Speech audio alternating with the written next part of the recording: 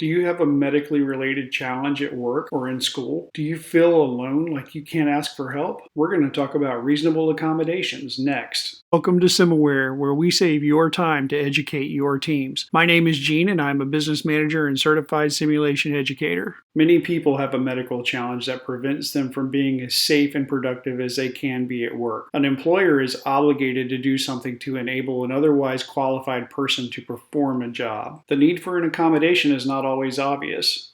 Others, it may be as simple as providing an accommodation like ready access to wheelchairs is one thing, but making sure the workspace is actually prepared for that person is something entirely different. Sometimes special equipment may be needed to assist with routine tasks. Access to restroom facilities may be part of that list. It's not uncommon to ask for additional time to complete some tasks. Sometimes employees have a hard time working in groups. They may not be able to hear very well. Very active work environments can also be a challenge to other employees. An employer and employee engage in an interactive process to determine what, if any, reasonable accommodation can be made for that employee. It is important to recognize that for an accommodation to be considered reasonable, it cannot cause any undue hardship to the company. Undue hardship would be an action requiring significant difficulty or expertise. The cost and type of accommodation in relation to the company's size, resources, and structure of the operations all factor into the final determination. Engaging in the interactive process in determining reasonable accommodations in the workplace is a core function of human resources. Reach out to your team today. We would love to hear about any accommodations that are being made for you or your team. Please subscribe and give us a thumbs up.